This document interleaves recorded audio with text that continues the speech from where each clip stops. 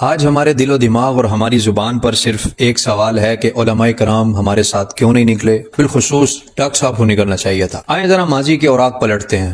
ماضی قریب میں 2017 میں جب فیض آباد دھرنا ہوا تھا تب بھی ایسے ہی حالات ہوئے تھے۔ عاشقان رسول پر ایک قیامت گزری تھی، ظلم کے پہاڑ توڑے گئے تھے، مگر اس وقت ایک مرد مومن، مرد حق، جسے دنیا کنز العلماء کے نام سے جانتی اور پہچانتی اور مانتی ہے، انہوں نے فیض آباد کی حمایت میں احتجاج کا علم بلند کیا اور لاہور میں دھرنا دیا۔ آپ کو دیکھتے ہی پورا ملک جام ہو گیا، حکومت کو مجبوراً گھٹنے ٹیکنے پڑے اور مذاکرات کا رستہ اختیار کرنا پڑا۔ بہت سارے فیصلے ہوئے، بہت ساری باتیں ہوئی، بہت سارے وعدے ہوئے، مگر اس وقت ڈاکٹر صاحب نے لاہور کے مرکزی دھرنے سے یہ اعلان کیا کہ جب تک ہمارے شہیدوں کے خون کا احتساب نہیں ہو جاتا یا جب تک ان کی FIRs نہیں کٹ جاتی، ہم دھرنا ختم نہیں کریں گے۔ بنتا بھی یہ تھا کہ ہم اپنے شہیدوں کا خون رائے گاں کیوں جانے دیں۔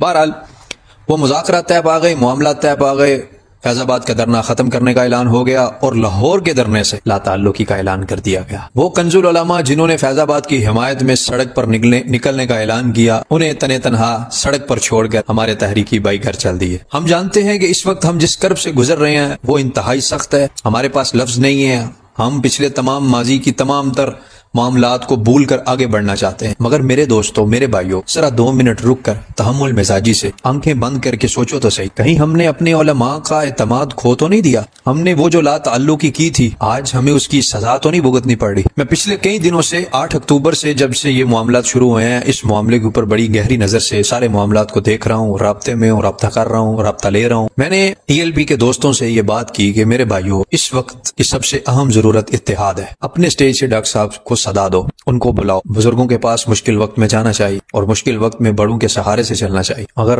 شاید وہ میرے بھائی قیادت سے مجبور تھے، شورا سے مجبور تھے، یا کیا مجبوری تھی، میں نہیں جان سکا۔ 4 دن ہو چکے ہیں آج، 9 اکتوبر سے لے کر آج 13 اکتوبر ہے۔ تنے تنہا ایک ہی مرد مومن سوشل میڈیا کے اوپر آپ کے حق میں آواز اٹھا رہا ہے، اس کا نام ہے ڈاکٹر اشرف آصف جلالی۔ جس وقت 13 کی یہ رات کو، یعنی کہ صبح فجر کے وقت آپریشن شروع ہوا، ہم سب کی نظریں تھیں کہ کوئی عالم دین میدان میں آئے، کوئی بیان دے، کوئی لائیو آئے، کوئی براہ راست مکالمہ کرے، کوئی حکومت کو روکے، کوئی ان ظالموں کو کہے یار گولی بند کرو۔ مگر کچھ ہی لمحے گزرنے کے بعد ڈاکٹر صاحب اپنے پیج سے لائیو آئے۔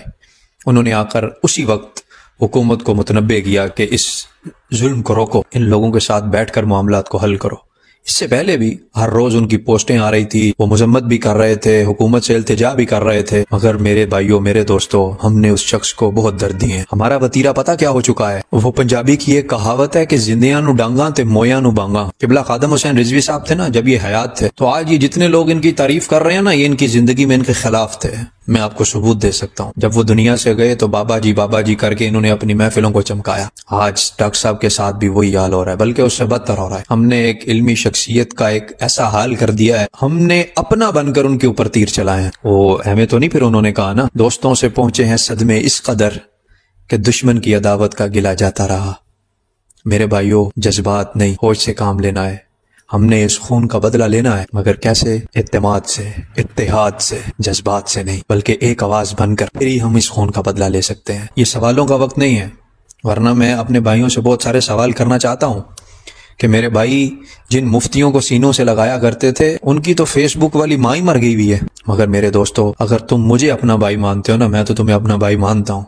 اگر تم مجھے اپنا بھائی سمجھتے ہو نا، اگر کوئی مشکل وقت میں تمہارا مخلص ہے نا، تو وہ ڈاکٹر جلالی ہے۔ اب بھی وقت ہے اس کا ہاتھ تھام کر اس سے معافی مانگ لی جائے کہ حضور، ہم نے آپ کا بہت دل دکھایا ہے، ہمیں معاف کریں اور ہماری سربراہی کریں۔ یقین کریں، یہ سنیت ایک دفعہ پھر عروج پائے گی۔